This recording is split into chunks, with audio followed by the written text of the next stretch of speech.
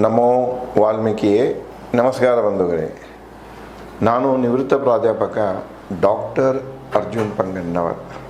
ಹೇ ಸೀತಾರಾಮ್ ವಾಹಿನಿಯ ವಾಲ್ಮೀಕಿ ರಾಮಾಯಣ ಅಂದು ಇಂದು ಚಿಂತನ ಕಾರ್ಯಕ್ರಮದ 595ನೇ ಸಂಚಿಕೆಗೆ ತಮ್ಮೆಲ್ಲರಿಗೂ ಸ್ವಾಗತ. ಹನುಮಾನನು ಸೀತೆಯನ್ನು ತಾನು ಸೀತೆಗೆ ಭೇಟಿಯಾದ ವಿಷಯ ದೃಢೀಕರಿಸುವ ಸಲುವಾಗಿ, ಸಾಬೀತು ಮಾಡುವ ಸಲುವಾಗಿ ಏನಾದರೂ ಗುರುತು ಕೊಡು ಅಂತ ಹೇಳಿ ಸೀತೆಯನ್ನು ಕೇಳ್ಕೊತಾನೆ. ಸೀತೆ ರಾಮನೊಂದಿಗೆ ಚಿತ್ರಕೂಟದಲ್ಲಿದ್ದಾಗ ಒಂದು ಕಾಗೆ ಅವಳನ್ನು ಹಿಂಸಿಸಿರ್ತದೆ.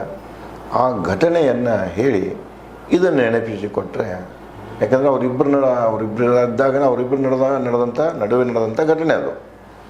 ಅವರಿಬ್ಬರು ಬಿಟ್ಟು ಮತ್ತೆ ಬೇರೆದ್ರೆ ಗೊತ್ತಿಲ್ಲ.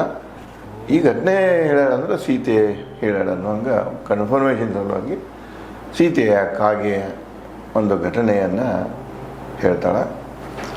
ಮುಂದುವರೆದು ಅವಳು ಹೇಳ್ತಾಳೆ ಮತ್ತು ಮನಸ್ಸಿನಾಗ ನೋಡಿ, ಯಾಕಂದರೆ ಅವಳು ಒಂದು ಕಡೆಗೆ ರಾವಣನ ಬೆದರಿಕೆಯಿಂದ ಬೇಸತ್ತು ಹೋಗಿರ್ತಾಳೆ, ಹಿಂಸೆಯಿಂದ ಬೇಸತ್ತು ಹೋಗಿರ್ತಾಳೆ, ಗಡುವು ಕೊಟ್ಟಿರ್ತಾನೆ, ರಾಕ್ಷಸನೀಯರ ಇವಳ ಮ್ಯಾಗ ದೌರ್ಜನ್ಯ ಮಾಡ್ತಿರ್ತಾರೆ, ಪೀಡಿಸ್ತಿರ್ತಾರೆ. ಯಾವಾಗಪ್ಪ ಮುಕ್ತಿಯ ಸಿಕ್ಕುತ್ತಲ್ಲ ಅನ್ನುವಂಥ ಒಂದು ಅಸ್ಥಿರ ಭಾವನೆ ಮನಸ್ಸಿನಾಗ, ನನಗೆ ಮುಕ್ತಿ ಸಿಗ್ತತಿಲ್ಲೋ ಅನ್ನೋಂಥ ಒಂದು ಅಸ್ಥಿರ ಭಾವನೆ ಮೂಡೋದು ಸಹಜನ. ಹೆಣ್ಮಕ್ಕಳಲ್ಲಾಗಲಿ ಗಂಡು ಮಕ್ಕಳಾಗಲಿ ಈ ಒಂದು ಸಮಸ್ಯೆಗಳಿಗೆ ಸಿಲ್ಕೊಂಡಾಗ, ತೊಂದರೆಗಳಿಗೆ ಸಿಲ್ಕೊಂಡಾಗ, ಪೀಡನೆಗಳಿಗೆ ಸಿಲ್ಕೊಂಡಾಗ ಇಂಥ ಒಂದು ಅಸ್ಥಿರ ಭಾವನೆ ಹುಟ್ಟುವುದು ಸಹಜನ. ಆ ಒಂದು ಅಸ್ಥಿರ ಭಾವನೆಯಲ್ಲಿ ಮನಸ್ಸಿನಲ್ಲಿ ಇದ್ದುಕೊಂಡು ಮನಸ್ಸನ್ನು ಹೊಂದಿರ್ತಾಳೆ. ಆಗ ಅವಳು ಹನುಮಂತನನ್ನು ಹಲವಾರು ಪ್ರಶ್ನೆಗಳನ್ನು ಮಾಡ್ತಿರ್ತಾಳೆ. ಲಕ್ಷ್ಮಣಗೆ ಆದೇಶ ಕೊಟ್ಟರೆ ಲಕ್ಷ್ಮಣ ಬಂದು ನಾನು ಬಿಟ್ಕೊಂಡು ಹೋಗ್ಬೋದು, ರಾಮನಿಗೆ ಗೊತ್ತಾಯ್ತಂದ್ರೆ ಆ ಕಾಗೆನ ಬಿಟ್ಟಿಲ್ಲವ, ಈ ರಾವಣ ಬಿಟ್ಟಾನ ಅಂತ ಹೇಳ್ತಾ ಮತ್ತು ತನ್ನ ಮಾತುಗಳನ್ನು ಮುಂದುವರಿಸ್ತಾಳೆ. ಗಾಳಿ ಬೆಂಕಿಗೆ ಸಮ ನರವ್ಯಾಘ್ರರು. ಇಬ್ಬರು ಅಣ್ಣ ತಮ್ಮ ರಾಮ ಮತ್ತು ಲಕ್ಷ್ಮಣ.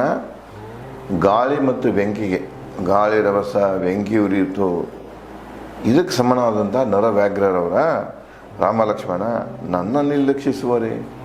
ಇಂಥ ಮಹಾಪರಾಕ್ರಮಿಗಳು ನನ್ನ ನಿರ್ಲಕ್ಷಿಸಲಿಕ್ಕೆ ಸಾಧ್ಯನೇ ಇಲ್ಲ ಅಂತ ತನ್ನಲ್ಲಿ ತಾ ಪ್ರಶ್ನೆ ಮಾಡ್ತಾಳಕ್ಕೆ. ಮುಂದುವರೆದು ಪಾಪ ಎಸಗಿರಬೇಕು, ನಾನು ಇಷ್ಟೆಲ್ಲ ಘಟನೆ ನಡಿಬೇಕಾದ್ರೆ, ನಾನು ತೊಂದರೆ ಸಿಗಬೇಕಾದ್ರೆ ಅವರಿಗೆ ನನ್ನ ವಿಷಯ ಗೊತ್ತಿಲ್ಲ, ಅವರು ನನ್ನ ಆ ಕಡೆ ಹುಡುಕ್ತಾ ಇದ್ದಾರೆ. ಇಂಥ ಒಂದು ಜಟಿಲವಾದ ಒಂದು ಸ್ಥಿತಿ ನಿರ್ಮಾಣ ಆಗಬೇಕಾದ್ರೆ, ಅಸಹಾಯಕ ಸ್ಥಿತಿ ನಿರ್ಮಾಣ ಆಗಬೇಕಾದ್ರೆ, ಇದು ನನ್ನ ಹಿಂದಿನ ಜನ್ಮದಲ್ಲಿ ಮಾಡಿದಂಥ ಅಥವಾ ಈ ಜನ್ಮದಲ್ಲಿ ಮಾಡಿದಂಥ ಪಾಪದ ಇದು ಫಲವೇನು, ಪಾಪಕರ್ಮದ ಫಲವೇನು ಅಂತ ಮನಸ್ಸಿನಾಗ ಅನ್ಕೊಳ್ತಾಳೆ. ಅದನ್ನು ಪ್ರಶ್ನೆ ಮಾಡ್ಕೊಳ್ತಾಳೆ. ನಿರ್ಲಕ್ಷಿಸಲ್ಪಟ್ಟಿರುವೆ ರಾಮ ಲಕ್ಷ್ಮಣರಿಂದ. ಇವತ್ತು ಈ ಒಂದು ರಾಮ ಲಕ್ಷ್ಮಣದ ನಿರ್ಲಕ್ಷಣೆಗೆ ಒಳಗಾಗಲಿಕ್ಕೆ ನಾನು ಏನಾದರೂ ಪಾಪ ಮಾಡಿರಬೇಕು, ದುಷ್ಕೃತ್ಯ ಮಾಡಿರಬೇಕು, ಕೆಟ್ಟದ್ದು ಮಾಡಿರಬೇಕು, ಯಾರಾದರೂ ನೋಯಿಸಿರಬೇಕು, ತೊಂದರೆ ಕೊಟ್ಟಿರಬೇಕು. ಆ ಥರದ ದುಷ್ಫಲವಾಗಿ ಇವತ್ತು ನಾನು ರಾಮ ಲಕ್ಷ್ಮಣರಿಂದ ನಿರ್ಲಕ್ಷಿಸಲ್ಪಟ್ಟಿರುವೆ ಅಂತ ಹೇಳ್ತಾನೆ. ಕೇಳಿ ಸೀತೆಯ ಶೋಕದ ಸಂದೇಹದ ನುಡಿಗಳು. ಅಲ್ಲೆಲ್ಲ ಸಂದೇಹನೂ ಇರ್ತದೆ ಅವಳಿಗೆ. ಹೇಳಿಲ್ಲ, ಮನಸ್ಸಿನ ಸ್ಥಿತಿ ಒಂದು ಅಸಹಾಯಕತೆಯಲ್ಲಿದ್ದಾಗ ಅಸ್ಥಿರವಾಗಿರ್ತದೆ ಮನಸ್ಸು. ಆ ಸ್ಥಿತಿಯನ್ನು ಹನುಮ ಅರ್ಥ ಮಾಡ್ಕೊಳ್ತಾನೆ. ವೀರ ಹನುಮನು ಸೀತೆಗೆ ನುಡಿತಾನೆ. ಸಮಾಧಾನ ಹೇಳೋ ಸಲುವಾಗಿ, ಧೈರ್ಯ ತಂದು ಕೊಡುವ ಸಲುವಾಗಿ, ಆಕೆ ಅಸ್ಥಿರ ಮನಸ್ಸಿನಿಂದ ಬರೆಸುವ ಸಲುವಾಗಿ, ಸ್ವತಂತ್ರಗೊಳಿಸುವ ಸಲುವಾಗಿ ಸೀತೆಗೆ ಹನುಮ ಹೇಳ್ತಾನೆ. ಓ ದೇವಿ, ಮುಳುಗಿಹರು ರಾಮ ಲಕ್ಷ್ಮಣ ನಿನ್ನ ಶೋಕದಲ್ಲಿ. ನೀನಿಲ್ಲಿ ಕೂತು ನೀನೊಬ್ಬಳೇ ಶೋಕ ಮಾಡ್ತಾ ಇದ್ದೀಯ ಅಂತ ತಿಳಿಬೇಡ. ರಾಮ ಲಕ್ಷ್ಮಣರು ನಿನ್ನನ್ನು ಮರ್ತಾರಂತ ತಿಳಿಯಾಕೆ ಹೋಗಬೇಡ. ಅವರು ನೀ ಎಷ್ಟು ಶೋಕದಲ್ಲಿ ಇರಲಿಲ್ಲ ಅಷ್ಟೇ ಶೋಕದಲ್ಲಿ, ನಿನ್ನ ಕಳ್ಕೊಂಡ ಶೋಕದಲ್ಲಿ ರಾಮ ಲಕ್ಷ್ಮಣರು ಇದ್ದಾರೆ. ಹೇಳುವೆನ ಸತ್ಯದ ಮೇಲೆ ಪ್ರತಿಜ್ಞೆ ಮಾಡಿ. ಇನ್ನು ನಿನಗೆ ಕನ್ವಿನ್ಸ್ ಮಾಡ್ಬೇಕಾದ್ರೆ ನನಗೆ ಒಂದೇ ಏನೋ, ಸತ್ಯದ ಮೇಲೆ ಆಣೆ ಮಾಡಿ ಹೇಳ್ತೇನೆ ನಾನು. ನೋಡಿ, ಇದೊಂದು ಸಹಜ ಇದೆ. ಯಾರಿಗಾರು ನಾವು ಕನ್ವಿನ್ಸ್ ಮಾಡ್ಬೇಕಾದ್ರೆ ನಾ ಸತ್ಯ ಹೇಳ್ತಾರೆ ಅಂತ ಹೇಳಬೇಕಾಗಿದ್ರೆ ಪ್ರತಿಯೊಬ್ಬ ವ್ಯಕ್ತಿ ಪ್ರಮಾಣ ಮಾಡೇ ಹೇಳ್ತಾರೆ. ಪ್ರಮಾಣ ಅಂದರೆ ನಾವು ಆಡು ಭಾಷೆಯಲ್ಲಿ ಆಣೆ ಅಂತ ಕರಿತೀವಿ. ತಂದೆ ತಾಯಿ ಮ್ಯಾಗ ಆಣೆ ಮಾಡೋದು, ದೇವ್ರ ಮ್ಯಾಗ ಆಣೆ ಮಾಡೋದು, ಯಾರು ಇವ್ರು ಇರ್ತಲ್ಲ ವಿಶ್ವಾಸ ಅವ್ರ ಮ್ಯಾಗ ಆಣೆ ಮಾಡೋದು, ಮಕ್ಕಳ ಮ್ಯಾಗ ಆಣೆ ಮಾಡೋದು. ಇದು ಒಂದು ಪರಂಪರೆ, ಸಾಮಾಜಿಕ ಪರಂಪರೆ ಮಣ್ಣಿನಿಂದ ಬಂದದ್ದಿದ್ದು. ಕನ್ವಿನ್ಸ್ ಮಾಡ್ಬೇಕಾರೆ ನಾವು ಕರೆ ಹೇಳ್ತಾ ಇದ್ದೀನಂತ ತಿಳಿಸಿ ಹೇಳಬೇಕಾದ ಅದೊಂದೇ ಮಾರ್ಗ.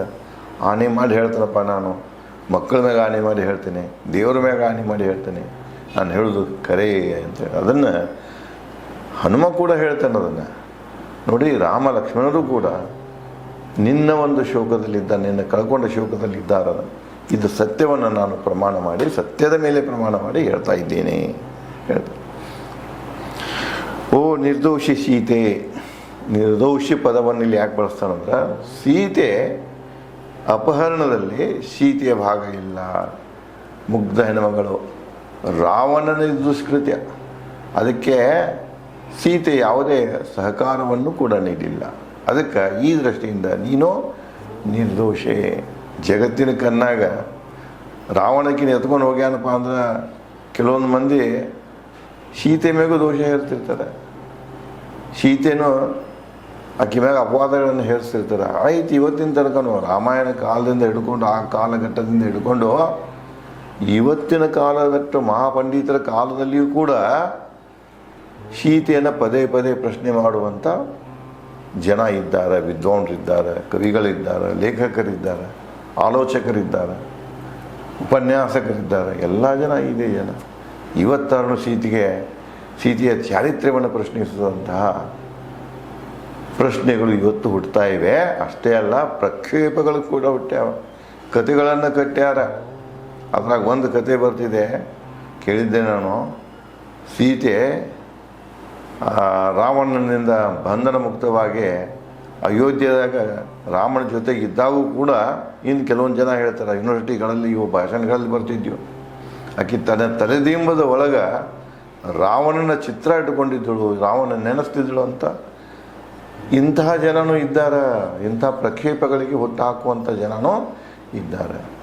ಆಗಷ್ಟೇ ಸೀತೆಯನ್ನು ದೂಷಿಸಲಿಲ್ಲ ಅವರ, ಇವತ್ತು ಇದ್ದಾರೆ. ನೋಡಿ, ಹನುಮ ಕೆಲವೇ ಕ್ಷಣಗಳ ಭೇಟಿಯಾಗಿ ತಿಳ್ಕೊಂಡು ಬಿಡ್ತಾನೆ ಅವನು. ನಿಂದ ಏನೂ ತಪ್ಪಿಲ್ಲ, ನೀನು ನಿರ್ದೋಷಿ ಅಂತ ಹೇಳಿಬಿಡ್ತಾನೆ. ಓ ನಿರ್ದೋಷಿ ಸೀತೆ, ಹುಡುಕಿರುವೆ, ನಿನ್ನ ಹೇಗೋ ಶೋಕಿಸುವ ಸಮಯ ಅಲ್ಲ. ನಿನ್ನ ಹುಡುಕೊಂಡು ಬಂದೆನ್ನ, ಈಗ ನೀ ಸಿಕ್ಕಿದೀಯ, ರಾಮನ ಸಂದೇಶವನ್ನು ತಲುಪಿದ್ದೇನೆ. ಇನ್ನು ನಿನ್ನ ಸುದ್ದಿಗೆ ತೊಗೊಂಡೋಗಿ ರಾಮ ಹೇಳ್ತಾನೆ, ಈಗ ನೀ ಶೋಕಿಸಬೇಡ, ನಿನ್ನ ಶೋಕದ ದಿನಗಳು ಶೋಕದ ದಿನಗಳು ಮುಗಿದು ಹೋದು, ನೀನು ಶೋಕದಿಂದ ಮುಕ್ತ ಆದೆ, ಇನ್ನು ಶೋಕಿಸುವ ದಿನಗಳು ನಿನಗೆ ಬರುವುದಿಲ್ಲ.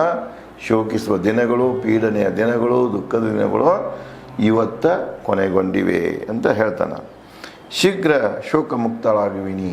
ಇದನ್ನು ಸುದ್ದಿ ಮೂಡಿಸಿಕೊಡ್ದ ರಾಮ ಲಕ್ಷ್ಮಣ ಸೈನ್ಯದೊಂದಿಗೆ ಬಂದು ರಾವಣನ ಸಂಹಾರ ಮಾಡಿ ನಿನ್ನನ್ನು ಪಡ್ಕೊಂಡು ಹೋಗ್ತಾರ ಅಂತ ಹನುಮ ಮತ್ತೆ ಅವಳಿಗೆ ವಿಶ್ವಾಸವನ್ನು ಹೇಳ್ತಾನೆ, ಭರವಸೆಯನ್ನು ನೀಡ್ತಾನೆ. ರಾಮ ಲಕ್ಷ್ಮಣರು ಶೀಘ್ರ ಸಂಹರಿಸಿ ರಾವಣನ ಹಿಂಪಡೆಯುವರು. ನಿನ್ನ ಧ್ವಂಸವಾದೀತು ಲಂಕೆ ಸುಟ್ಟು ಹೋಗ್ತದೆ, ಹಾಳಾಗಿ ಹೋಗ್ತದೆ. ಬಂದು ಸೈನ್ಯ ತೊಗೊಂಡು ರಾವಣ ಕೊಂದು ನಿನ್ನ ತೊಗೊಂಡು ಹೋಗ್ತಾರೆ. ಶೀಘ್ರದಲ್ಲಿ ನೀನು ಈ ಬಂಧನದಿಂದ ಮುಕ್ತ ಆಗುವೆ, ಮುಕ್ತಿಯನ್ನು ಹೊಂದಿವೆ ಅಂಥೇಳಿ ಹನುಮ ಹೇಳ್ತಾನೆ. ರಾಮ ಲಕ್ಷ್ಮಣ ಸುಗ್ರೀವರಿಗೆ ನೀಡಬೇಕು ಏನು ಸಂದೇಶ ತಿಳಿಸು. ಆತುರದಲ್ಲಿ ಅವರು ನಿನ್ನ ಸುದ್ದಿ ಕೇಳೋ ಆತುರದಲ್ಲಿದ್ದಾರೆ ರಾಮ ಲಕ್ಷ್ಮಣ ಮತ್ತು ಸುಗ್ರೀವ. ಇನ್ನು ಅವ್ರಿಗೆ ನಾ ಏನು ಹೇಳಬೇಕು ಅನ್ನೋದನ್ನು ನನಗೆ ಸಂದೇಶ ಕೊಡು, ಸುದ್ದಿಯನ್ನು ಹೇಳು.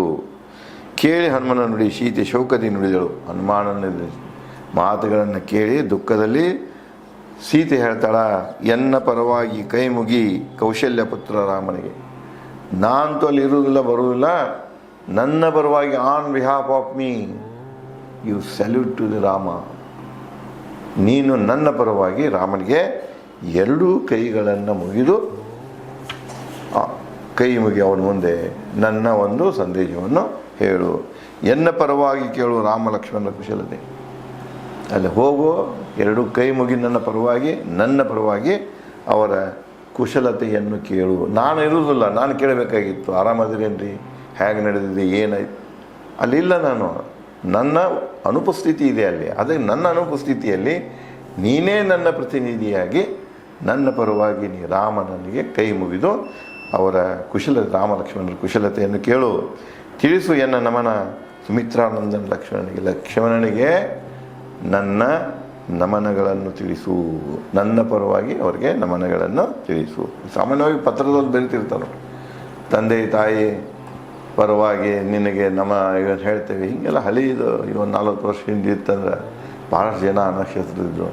ಯಾರು ಒಬ್ಬರು ಪತ್ರ ಬರೆಯೋಕೆ ಬರ್ತಾನೆ ಅವನ ಕಡೆ ಓಡಿ ಬರ್ತಿದ್ರು. ಅವರು ಪಾಪ ತಮ್ಮ ಭಾಷೆದಾಗ ಹೇಳ್ತಿದ್ರು. ಇವನು ಬರೆಯವನು ಕೂಡ ಅವರ ಪರವಾಗಿಯೇ ಇವು ಹೇಳ್ತಿದ್ದ, ನಿಮ್ಮ ತಂದೆ ತಾಯಿ ಪರವಾಗಿ ನಮಸ್ಕಾರವನ್ನು ತಿಳಿಸಲಾಗಿದೆ. ಈ ರೀತಿಯಾಗಿ ಬರಿತಿದ್ರು. ಇದು ರಾಮಾಯಣದಲ್ಲಿ ಕೂಡ ಹಾಗೆ ಇದೆ ನೋಡಿ. ಅದು ಒಂದು ಹಿಂದಿನಿಂದ ಬಂದಂಥ ಒಂದು ಪರಂಪರೆ. ನನ್ನ ಪರವಾಗಿ ನೀ ಈಗ ಅವರನ್ನು ಅವರ ಕುಶಲತೆಯನ್ನು ಕೇಳಪ್ಪ, ನನ್ನ ಪರವಾಗಿ ನೀ ಅವರಿಗೆ ನಮಸ್ಕಾರ, ನಮನಗಳನ್ನು ಹೇಳು, ಮತ್ತು ಸುಮಿತ್ರಾನಂದನ ಲಕ್ಷ್ಮಣನಿಗೂ ನಮನಗಳನ್ನು ತಿಳಿಸು ಅಂತ ಹೇಳ್ದ. ಅರಣ್ಯದಲ್ಲಿ ರಾಮನಿಗಾಗಿ ಎಷ್ಟೋ ಕಷ್ಟಗಳನ್ನು ಸಹಿಸಿದ ಲಕ್ಷ್ಮಣ ನೋಡಿ, ಮತ್ತು ಲಕ್ಷ್ಮಣ ಅಣ್ಣನ ಕೂಡ ಬರ್ತಾ, ಅಣ್ಣನ ನೆರಳವು ರಾಮ ಲಕ್ಷ್ಮಣನ ನೆರಳು. ಕೊನೆಗೆ ಒಂದು ರಾಮಾಯಣದ ಎಲ್ಲ ಮುಗಿದು ರಾಮನ ಅಂತ್ಯ ದಿನಗಳಲ್ಲಿ ರಾಮ ಸಹಿಸಲಾರದಂಥ ಒಂದು ಕೆಟ್ಟ ಘಟನೆ ನಡೀತಿದೆ. ರಾಮನಿಗಿಂತ ಮುಂಚಿತ ಲಕ್ಷ್ಮಣ ದೇಹವನ್ನು ತ್ಯಾಗ ಮಾಡ್ತಾನೆ. ರಾಮನಿಗೆ ಎಲ್ಲಿಲ್ಲದ ಅವನಿಗೆ ಇಷ್ಟೊಂದು ದುಃಖ ಆಗ್ತಿದೆಯಲ್ಲ, ಯಾವುದಕ್ಕೂ ಹೋಲ್ಸೋಕ್ಕೆ ಸಾಧ್ಯ ಇಲ್ಲ. ಹಾಗೆ ಯಾಕೆ ಇದನ್ನು ಹೇಳ್ತಾ ಇದ್ದೇನೆ ಅಂದರೆ, ಲಕ್ಷ್ಮಣ ಅಣ್ಣನ ಸೇವೆಯಲ್ಲಿ ಅಷ್ಟೊಂದು ಬೆರೆತು ಹೋಗಿದ್ದ. ಅವನ ನೆರಳಾಗಿನ ಹೊಂಟಿದ್ದವು. ರಾಮನ ಇರುವಿಕೆಯೇ ಲಕ್ಷ್ಮಣನ ಇರುವಿಕೆ. ಯಾವ ರೀತಿ ಸೂರ್ಯನ ಕಿರಣದಿಂದ ಬೆಳಕನ್ನು ನಾವು ಬೇರ್ಪಡಿಸಲಿಕ್ಕೆ ಆಗುವುದಿಲ್ಲ, ಸೂರ್ಯನಿಂದ ಕಿರಣನ ಬೇರ್ಪಡಿಸಲಿಕ್ಕೆ ಆಗುವುದಿಲ್ಲ, ಅದೇ ರೀತಿಯಾಗಿ ರಾಮನನ್ನು ಬೇರ್ಪಡಿಸಿ ಲಕ್ಷ್ಮಣನ ನೋಡಲಿಕ್ಕೆ ಸಾಧ್ಯನೇ ಇಲ್ಲ. ರಾಮನಿಂದ ಲಕ್ಷ್ಮಣನಿಂದ ರಾಮನನ್ನು ಬೇರ್ಪಡಿಸಲಿಕ್ಕೆ ಸಾಧ್ಯವಿಲ್ಲ. ಅದಕ್ಕೆ ಅರಣ್ಯದಲ್ಲಿ ಲಕ್ಷ್ಮಣ ರಾಮನಿಗಾಗಿ ಎಷ್ಟೋ ಕಷ್ಟಗಳನ್ನು ಪಟ್ಟಾನ. ಕಂಡ ನನಗೆ ತಾಯಿ ಸುಮಿತ್ರೆಯಂತೆ. ಸೇವಾ ಮಾಡೋದು ನೋಡಬೇಕಾದ್ರೆ ತಾಯಿ ಸುಮಿತ್ರನ ಸೇವೆ ಮಾಡಾಕ್ತಾಳೇನೋ ಅಂದ್ರೆ, ಲಕ್ಷ್ಮಣನ ಅವನ ತಾಯಿಯಾದಂಥ ಸುಮಿತ್ರ ರೂಪದಲ್ಲಿ ಕಾಣ್ತಾನೆ. ಮಗನ ಸೇವೆಗಾಗಿ ತಾಯಿ ಹೇಗೆ ಸೇವೆಯನ್ನು ಸಲ್ಲಿಸ್ತಾಳೆ, ಮಗನಿಗೇನು ತೊಂದರೆ ಆಗದ ಹಾಗೆ ನೋಡ್ಕೊಳ್ತಾಳೆ. ತಾಯಿ ಭಾವನೆಗಳಿವೆಲ್ಲ. ಮಗು ಹೆಣ್ಣಾಗಲಿ ಗಂಡಾಗಲಿ ತನ್ನ ಮಗುವಿಗೆ ಒಳ್ಳೆಯ ರಕ್ಷಕ ಅಂದರೆ ತಾಯಿ ರಕ್ಷಣೆಯಲ್ಲಿ ಇರ್ತಿದೆ. ಸ್ವಲ್ಪ ಏನಾದರೂ ಹೆದರಿಕೆ ಬಂದು ತಾಯಿ ಸೆರಗಿನಾಗ ಮುಚ್ಕೊಂಡು ಬಿಡ್ತದೆ ಮಗು. ತಾಯಿ ಕಡೆನೂ ಓಡಿ ಬರ್ತಿದ್ದೆ. ತಾಯಿನೇ ನಿಜವಾದ ರಕ್ಷಕಿ ಮಕ್ಕಳಿಗೆ. ಅದಕ್ಕೆ ಇಲ್ಲೇ ಹೇಳ್ತಾಳೆ, ಸುಮಿತ್ರಾನೇ ಸ್ವತಃ ಲಕ್ಷ್ಮಣನ ರೂಪದಲ್ಲಿ ರಾಮನ ಸೇವೆಯನ್ನೇ ಮಾಡ್ತಾ ಇದ್ದಾಳಂತ, ಅದನ್ನು ನೋಡಿದ್ದೇನೆ ನಾನು ಅಂತ ಸೀತೆ ಹೇಳ್ತಾಳೆ. ಇದೇ ರೀತಿಯಾಗಿ ಮತ್ತೇನು ವಿಚಾರಗಳನ್ನು ವ್ಯಕ್ತಪಡಿಸ್ತಾಳೆ ಸೀತೆ ಅನ್ನೋದನ್ನು ನಾನು ತಮಗೆ ಮುಂದಿನ ಸಂಚಿಕೆಯಲ್ಲಿ ಹಂಚಿಕೊಳ್ಳುತ್ತೇನೆ. ಧನ್ಯವಾದಗಳು.